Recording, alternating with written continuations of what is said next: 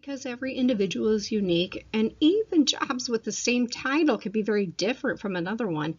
An exact match or an exact fit between a person's career preferences and the characteristics or attributes of a job is very, very rare. I mean, really, how many times have you heard someone say, "I can't believe I'm getting paid to do this"? I haven't heard it very often, and I'm sure you haven't either.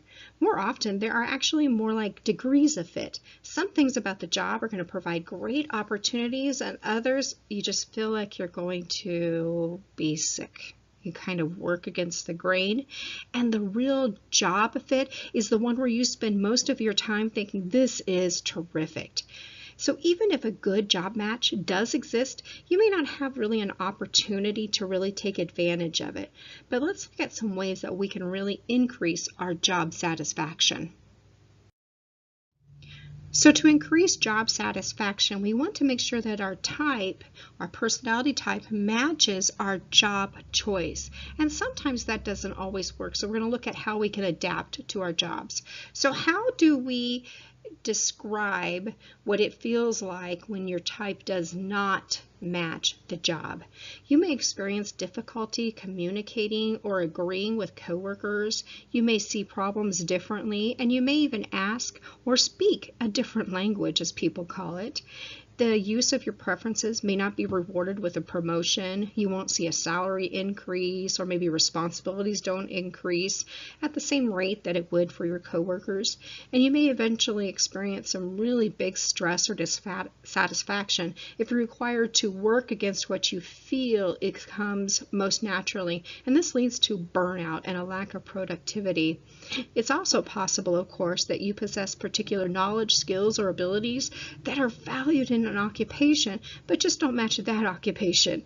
However, if you're experiencing any of these stresses, it's not a good fit for your personality. However, if you can't alter your job, then you need to figure out how to increase your job satisfaction. Let's look at that. To increase your job satisfaction, if altering your job just is not a realistic option, then you're going to need to look and adapt to the current reality. What is that? So adapting is sometimes only indirectly related to the job because it involves changing areas of your life that are outside of work.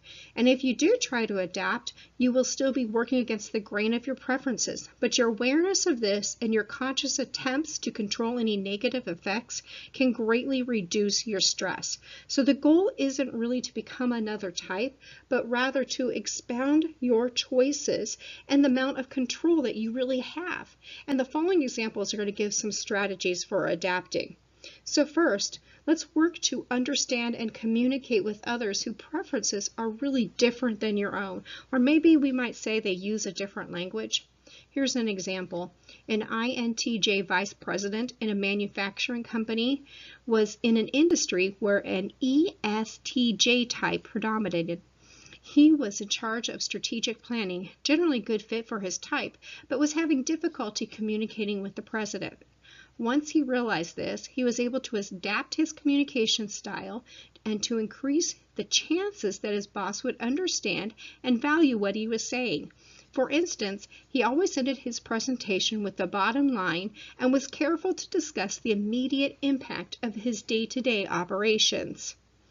Second, we really want to use our knowledge of MBTI preferences. When you understand your personality and you understand the personality of others, you'll be able to adapt situations and encounters and experiences in order to really create a common ground.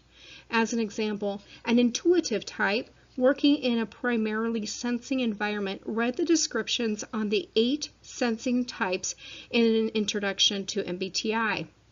She wanted to really better understand what her colleagues were doing and saying. She closely observed how they were performing their job and questioned them each time and each step along the way. And where it wasn't feasible, she asked them out to lunch and asked them to really describe in detail what they were doing. Then she adopted some of their behaviors as well to really help herself in her own position. Fascinating, isn't it? How we can really learn about other people We can also find other opportunities to really express our preferences. And this is when you may decide that you need to be more creative, but there aren't that many options in your job. So find some opportunities outside of your job. Look at what you can do at a university or a volunteer work or the homeless shelter. You can be successful and productive in a job that does not fit your personality.